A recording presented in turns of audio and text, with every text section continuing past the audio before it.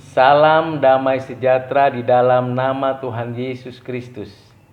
Jumpa lagi dengan saya Rudi Silitonga untuk membahas berbagai pengajaran Kristen. Pada video kali ini saya menjelaskan tentang denominasi, aliran, dan kelompok di dalam kekristenan.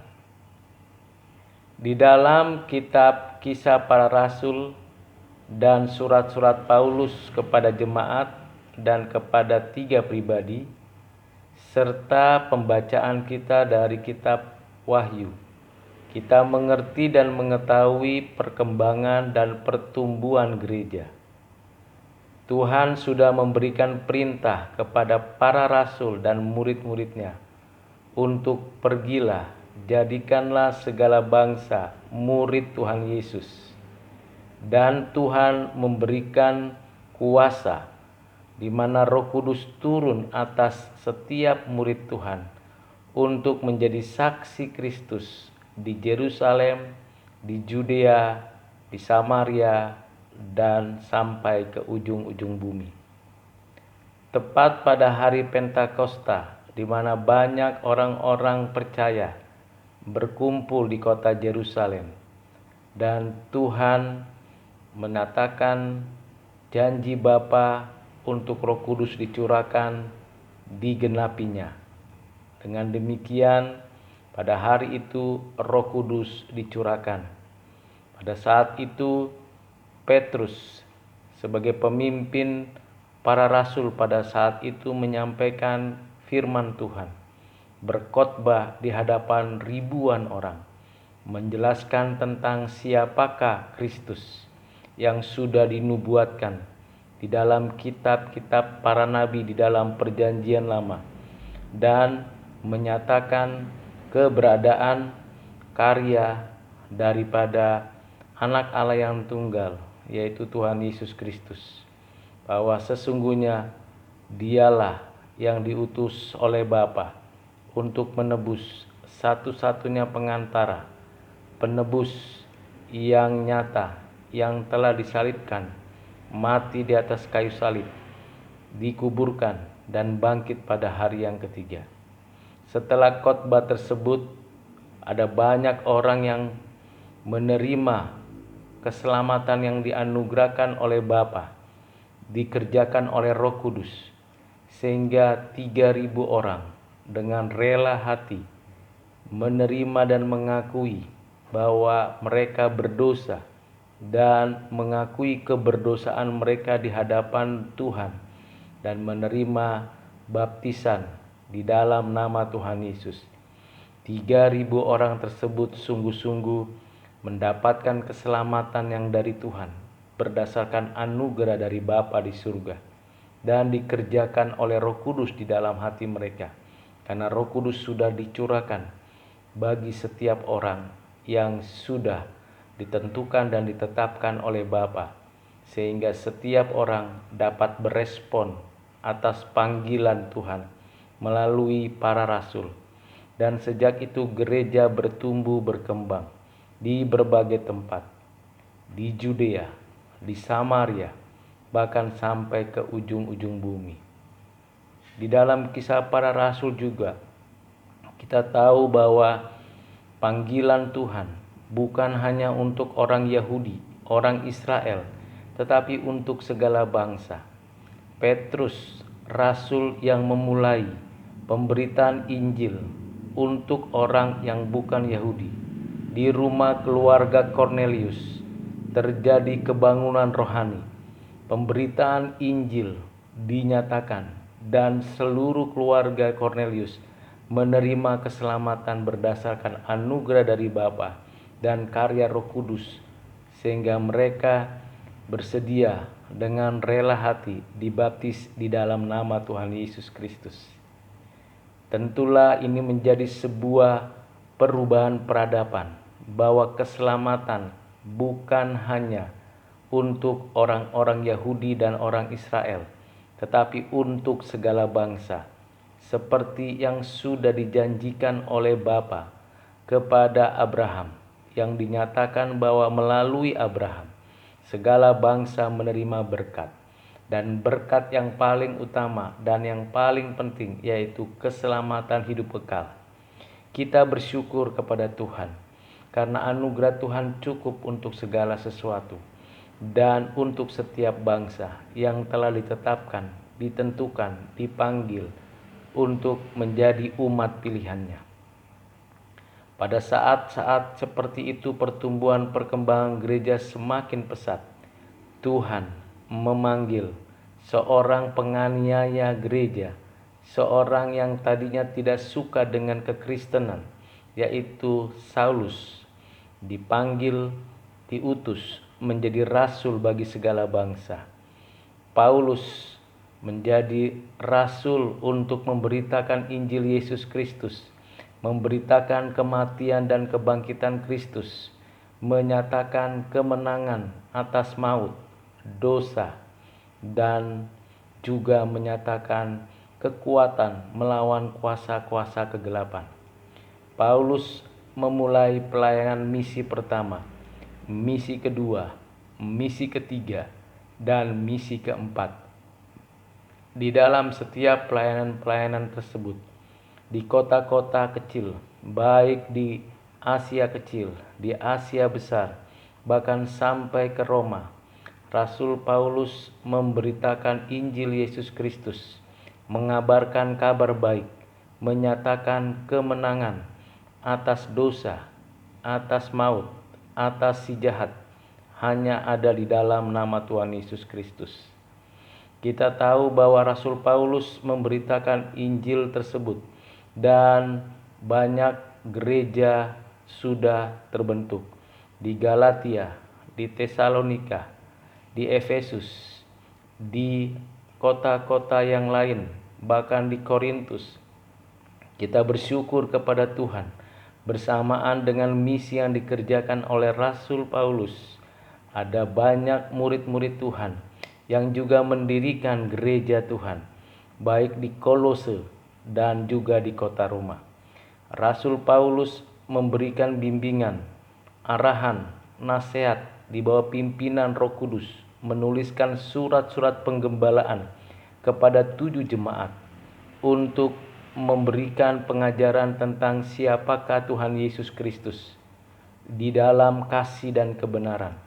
Tentulah setiap jemaat yang didirikan di sana ada banyak keunikan, ada banyak yang menunjukkan perbedaan. Tentu di setiap kota-kota di mana gereja berdiri, ada orang-orang Yahudi atau orang Israel yang percaya kepada Tuhan Yesus sebagai Tuhan dan Juru Selamat. Ada orang-orang non-Yahudi, orang-orang dari Yunani, orang-orang dari bangsa-bangsa lain yang dipanggil menjadi satu tubuh, menjadi satu bagian dari umat Tuhan. Sehingga gereja bukan hanya dari satu gereja yang bersifat etnis Yahudi saja atau suku bangsa Israel saja, tetapi dari berbagai bangsa. Kita bersyukur kepada Tuhan bahwa melalui misi yang dikerjakan oleh Rasul Paulus dan surat-surat penggembalaan yang dituliskannya, baik kepada jemaat maupun kepada Timotius, Titus, maupun Filemon, kita mengerti dan mengetahui bahwa gereja mengalami pertumbuhan dan perkembangan. Dan di setiap tempat itu terbentuklah gereja-gereja yang berbeda-beda, denominasi berdasarkan pada tempat, konteks kebutuhan dan kebudayaan yang ada di sana. Tetapi iman percaya, pengenalan akan kebenaran di dalam Alkitab, dan pengertian-pengertian yang penting dan utama tentang keselamatan hidup kekal, serta misi yang Tuhan perintahkan untuk setiap gereja melaksanakan pemberitaan Injil, menjalankan mandat budaya, itu sungguh-sungguh ada di dalam gereja-gereja baik di Yerusalem, di Asia Kecil, maupun di Asia Besar sampai ke kota Roma. Nah, inilah yang bisa kita katakan sebagai adanya perbedaan di dalam pertumbuhan perkembangan gereja karena konteks geografis, konteks kebudayaan, dan konteks komunitas yang berbeda-beda. Mereka berbeda denominasinya. Ada gereja yang dilahirkan, dibentuk, dibangun oleh Paulus. Ada gereja yang dibentuk, dibangun, dilahirkan tentunya oleh Roh Kudus melalui para rasul lain seperti Petrus, seperti Thomas, dan Rasul Yohanes, dan rasul-rasul lain. Gereja-gereja ini menjadi satu bagian yang utuh sebagai tubuh Kristus, tetapi berbeda-beda denominasinya. Ada pemimpin-pemimpin gereja di Korintus, di Kolose, di Roma, dan juga di Galatia, atau juga di Tesalonika, dan juga di kota Yerusalem. Keseluruhan pemimpin-pemimpin gereja tersebut dipilih, ditentukan oleh jemaat dengan segala sesuatu yang diperhatikan dari tuntutan firman Tuhan, di mana di dalamnya tentunya ada kesatuan, keutuhan untuk beriman, percaya, dan mengerti tentang siapakah Bapa, Anak, Roh Kudus, kebenaran firman Tuhan yang diinspirasikan oleh Roh Kudus, peraturan dan perintah Tuhan untuk pemberitaan Injil, pelaksanaan daripada pengelolaan bumi, melaksanakan mandat Tuhan di atas muka bumi ini. Saudara yang kekasih di dalam Kristus, perkembangan pertumbuhan gereja ini sampailah ke abad yang kedua, di mana generasi kedua dan generasi ketiga sudah dilahirkan, sudah hadir di dalam gereja. Dari sana muncullah berbagai pengajaran-pengajaran yang bertentangan dengan ajaran yang sejatinya yang diajarkan oleh Tuhan Yesus, yang diajarkan di dalam Alkitab, yang dituliskan para nabi dan para rasul.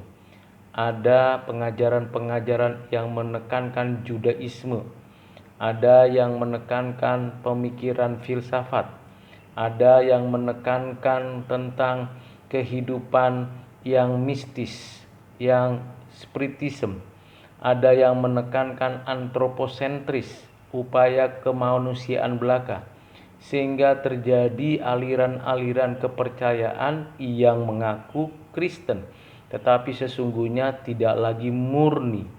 Ada kelompok Gnostikisme, ada kelompok Ebonitisme, ada kelompok Nestorianisme, dan kelompok-kelompok lain yang sepenuhnya bukanlah pengajaran yang sudah ada di dalam ajaran Alkitab, yang sudah benar-benar diakui dan diterima oleh seluruh gereja. Dan kita tahu bahwa pengajaran-pengajaran tersebut berkembang pesat sehingga terjadi penyesatan, kekacauan di dalam kehidupan bergereja. Itulah sebabnya perlu adanya konsili, baik konsili Kalkedon, konsili Nisea, konsili Konstantin, untuk menegakkan kembali pengajaran yang benar, pengertian dan pengenalan akan iman yang benar kepada Bapa, Anak, yaitu Tuhan Yesus Kristus dan Roh Kudus. Di dalam konsili-konsili tersebut terseleksi dengan jelas siapakah gereja yang sesungguhnya. Tentulah ada gereja di barat, di timur, dan di Alexandria, di mana setiap gereja itu memberikan pengertian pemahaman akan siapakah Tuhan Yesus Kristus, satu-satunya Tuhan dan Juru Selamat, yang berpusat pada pengajaran pengertian yang ada di dalam Perjanjian Lama dan Perjanjian Baru, di mana semua gereja, baik di barat, di timur, maupun di Alexandria, di seluruh wilayah yang di mana gereja itu sudah berkembang, bertumbuh, menegakkan kembali dengan sungguh-sungguh bahwa Alkitab yang diterima adalah 39 kitab dan 27 kitab di Perjanjian Baru, sehingga ada 66 kitab tersebut menjadi sungguh-sungguh dasar iman yang teguh. Namun pada saat yang sama juga penyesatan, aliran dan kelompok-kelompok tersebut terus berkembang, bahkan berkembang untuk sesaat lamanya sampai bisa mempengaruhi banyak ajaran-ajaran gereja di sana. Ada kelompok-kelompok Arianisme yang menunjukkan bahwa diri mereka tidak mengakui Yesus Kristus adalah anak Allah yang tunggal, yang setara, yang sehakikat.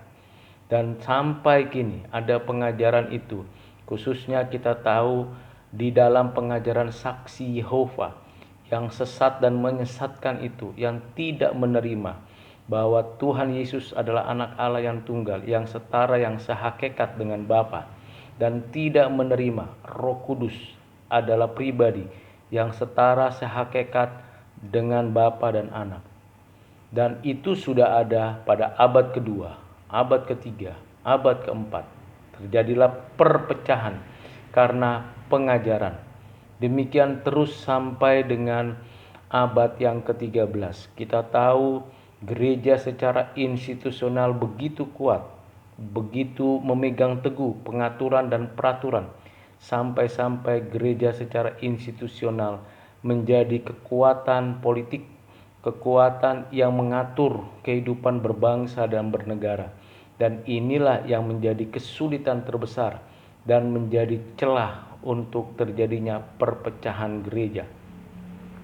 Dan kita tahu juga bahwa terjadi sebuah gerakan reformasi, baik dimulai dengan adanya penerjemahan Alkitab dari bahasa Latin, dari bahasa Yunani, dari bahasa Ibrani menjadi bahasa di sebuah bangsa, di sebuah negara. John Wycliffe memulai penerjemahan bahasa Alkitab ke dalam bahasa yang ada di dalam bahasa Inggris. Demikian juga kita tahu sejak reformasi yang dilakukan oleh Martin Luther, seorang pemimpin gereja di Wittenberg, yang menegaskan 95 tesisnya untuk mengungkapkan segala pengajaran, segala pengertian dan pemahaman iman yang harus dikembalikan kepada pengajaran yang sesungguhnya dari Alkitab. Sehingga terjadi sebuah perubahan yang sangat signifikan. Selain Alkitab diterjemahkan dengan bebas, yang seharusnya setiap orang, setiap bangsa, setiap murid Kristus dapat membaca seluruh isi Alkitab dari Kejadian sampai Wahyu dalam bahasanya sendiri. Dan ada gerakan untuk mengembalikan seluruh pengajaran kepada pengajaran yang ada di dalam Alkitab. Bahwa orang percaya, mempercayai, meyakini keyakinan yang sungguh-sungguh bahwa hanya Yesus Kristus Tuhan dan Juru Selamat, penebus dan pengantara satu-satunya. Tidak ada pengantara lain, tidak ada kepala gereja lain selain pada Kristus itu sendiri. Sehingga terjadi perubahan yang radikal di dalam sejarah kekristenan, sejarah gereja. Mulailah terbentuk denominasi-denominasi, baik gereja Ortodoks Timur maupun gereja Katolik Roma, dan terbentuklah gereja-gereja di bawah pengaruh Luther, Calvin, Zwingli, dan juga kelompok-kelompok kecil, baik itu Anabaptis, Pietisme, dan seterusnya. Terjadi perkembangan yang cukup signifikan bersamaan dengan pemberitaan Injil, bersamaan dengan perkembangan pertumbuhan gereja di berbagai daerah, di berbagai negara, di Eropa, di Asia, di Afrika, sampai ke Amerika. Kita tahu sampai hari ini terlalu banyak institusi gereja yang sudah berkembang dan berdiri. Banyak sekali sinode-sinode yang sudah ada, khususnya kalau kita lihat dan kita perhatikan di Indonesia. Lebih dari 250 sinode ditambah lagi dengan kelompok-kelompok kekristenan lain, tentulah kita tidak pernah meragukan bahwa segala sesuatu yang terjadi di bawah pimpinan dan kedaulatan Tuhan. Hanya tinggal kita mau memeriksa kembali, mengoreksi kembali, memperbaiki kembali. Apakah denominasi, aliran, dan kelompok yang ada sampai kini itu betul-betul memiliki 4 hal yang paling penting. Yang pertama, betul-betul beriman kepada Bapa, Anak, Roh Kudus, mengenal Bapa dengan sungguh-sungguh, mengenal anaknya yaitu Tuhan Yesus Kristus dengan benar, dan mengenal pribadi Roh Kudus, ketiganya yang esa. Apakah setiap denominasi, aliran, dan kelompok betul-betul meyakini dengan mantap, dengan teguh bahwa ketiganya yang esa adalah Allah yang esa, yang disembah, diagungkan, dimuliakan, dan diproklamasikan ke seluruh dunia, dan dengan berani dibicarakan di publik dimanapun saja berada, menyatakan bahwa Bapa, Anak, Roh Kudus, ketiganya yang esa. Yang kedua, gereja apakah benar-benar dengan pegang teguh bahwa Alkitab yang sudah ditulis, yang diinspirasikan oleh Roh Kudus, oleh para rasul ditulis, oleh para nabi ditulis, oleh orang-orang yang dekat, orang-orang yang dipimpin, dibimbing oleh Roh Kudus, betul-betul gereja meyakini bahwa Alkitab adalah firman Tuhan. Di dalamnya seluruh pengajaran, seluruh pengertian, seluruh fakta dan data adalah benar, dapat dibuktikan, dan dapat dinyatakan di dalam kehidupan sehari-hari.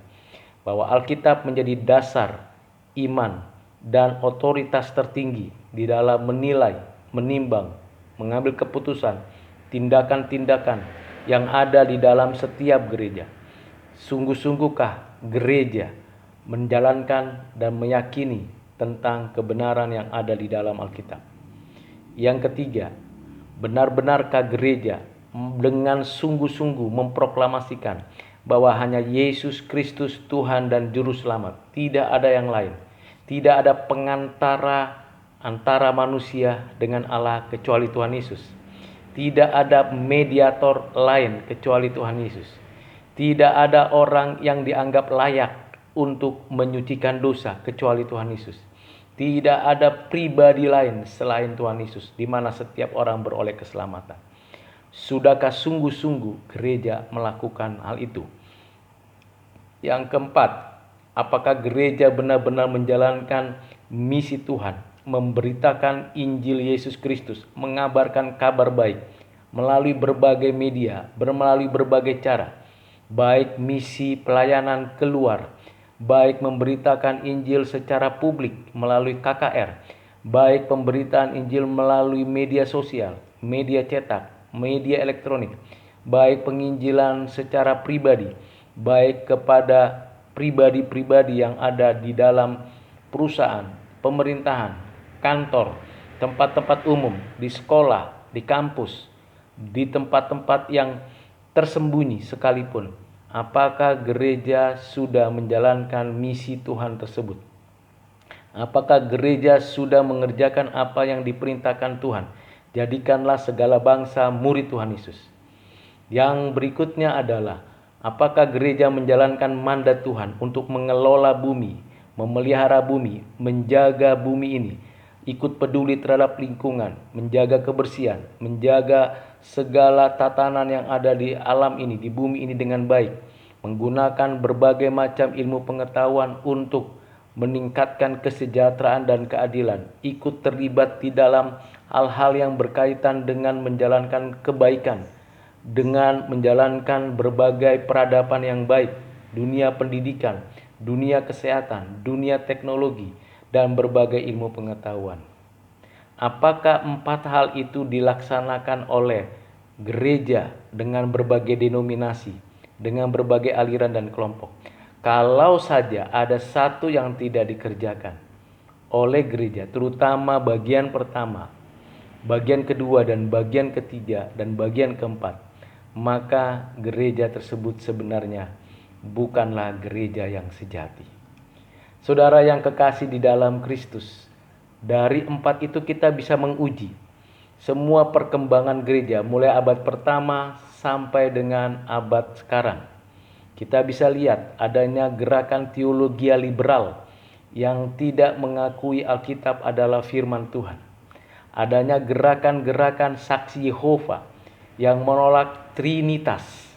Adanya gerakan-gerakan yang mengagungkan satu pribadi saja, tetapi tidak mengagungkan Bapa dan Anak. Gerakan spiritisme. Adanya gerakan-gerakan yang memecah belah gereja karena idolaisme, karena keinginan daging, karena kemanusiaan duniawinya, karena ingin diakui sebagai orang yang memiliki karunia. Ini akhirnya memecah belah gereja.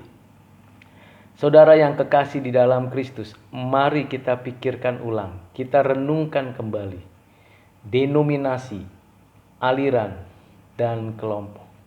Aliran-aliran yang dipengaruhi oleh pengajaran-pengajaran. Apakah pengajaran berbasiskan teologi liberal, berbasiskan teologi naturalisme, berbasiskan teologi antroposentrisme, berbasiskan teologi spiritisme. Semua pemikiran aliran teologi ini merusak tatanan kehidupan gerejawi. Kita harus kembali kepada pengajaran Alkitab. Apa yang diajarkan Alkitab dari mulai Kejadian sampai dengan Wahyu. Untuk menguji, untuk mengetahui, untuk mengerti apakah denominasi yang mana kita menjadi bagian daripada anggota gereja betul-betul menjalankannya dengan baik dan benar. Kita tidak membahas sistem pemerintahan gereja. Bisa jadi saat ini ada banyak institusi gereja yang lebih menekankan bentuk pemerintahan gereja yang episkopal, yang presbiterian, yang kongregasional. Namun kita harus tahu bahwa seluruh bentuk pemerintahan itu terjadi oleh karena kebutuhan, oleh karena konteks zaman, oleh karena situasi yang ada. Tetapi setiap institusi gereja yang memiliki bentuk-bentuk pemerintahan gereja yang berbeda seharusnya hidup benar di dalam pengertian pengajaran yang sesuai dengan ajaran Alkitab. Bisa jadi sistem ibadah, cara ibadah yang berbeda. Ada yang lebih menekankan puji-pujian, ada yang lebih menekankan khotbah yang lebih banyak, ada yang lebih menekankan keseimbangan antara pujian, khotbah, doa. Ada yang menekankan pada seremonial, namun keseluruhannya harus diingat bahwa iman, pengertian akan keselamatan, pengertian akan Injil yang sejati, pelaksanaan mandat budaya, dan pengenalan akan dirinya Allah di dalam dan melalui pengajaran Alkitab harus utuh dijelaskan secara utuh dari sejak pelajaran di sekolah minggu, pelajaran dari anak-anak sampai dengan dewasa. Apakah kita bisa lihat adanya perbedaan-perbedaan tersebut? Tetapi apakah kita juga melihat adanya persamaan? Kecuali mereka yang betul-betul melakukan satu penyimpangan pengajaran, saksi Yehova, Mormon, gereja-gereja liberal, gereja-gereja yang anti kepada Trinitas, gereja-gereja yang anti terhadap kebenaran firman Tuhan. Itu bukanlah gereja. Salah satu bagian yang penting yang harus kita lakukan di gereja lokal kita masing-masing. Apakah gereja di mana kita berada betul-betul sebagai denominasi yang lokal, yang ada di bawah satu sinode? Apakah benar-benar gereja kita memiliki pengertian iman yang benar, memiliki pengakuan iman yang tepat, mengerti dan memahami pengajaran Alkitab dengan utuh, dan menyelenggarakan pemberitaan Injil ke segala bangsa dan melaksanakan mandat budaya dengan komprehensif. Mari saudara-saudara yang kasih dalam Kristus, Kita tahu denominasi, aliran, dan kelompok tidak bisa tidak ada. Pastilah ada. Ada gereja yang berbahasa daerah, ada gereja yang berbahasa nasional dari negaranya, ada gereja yang berbasiskan pada pelayanan di kota, ada gereja yang berbasiskan pada pelayanan di desa dan pedalaman, ada gereja yang khusus hanya untuk orang-orang yang berras tertentu, berkomunitas tertentu, tetapi semuanya itu seharusnya menjadi satu kesatuan pengertian yang benar tentang iman, tentang kebenaran Alkitab, tentang keselamatan, tentang Injil, tentang mandat budaya. Mari saudara-saudara yang kekasih dalam Kristus, kita tidak memberikan satu sikap anti terhadap adanya denominasi.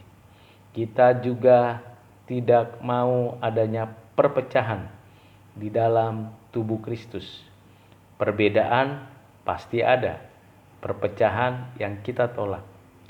Perbedaan bisa jadi oleh karena kemampuan berpikir, konteks budaya, kondisi sosial politik, dan situasi yang terjadi. Itu bisa terjadi adanya perbedaan di setiap gereja-gereja dan denominasi-denominasi. Tetapi tidak ada perpecahan di dalam tubuh Kristus. Karena kepala gereja adalah Kristus itu sendiri.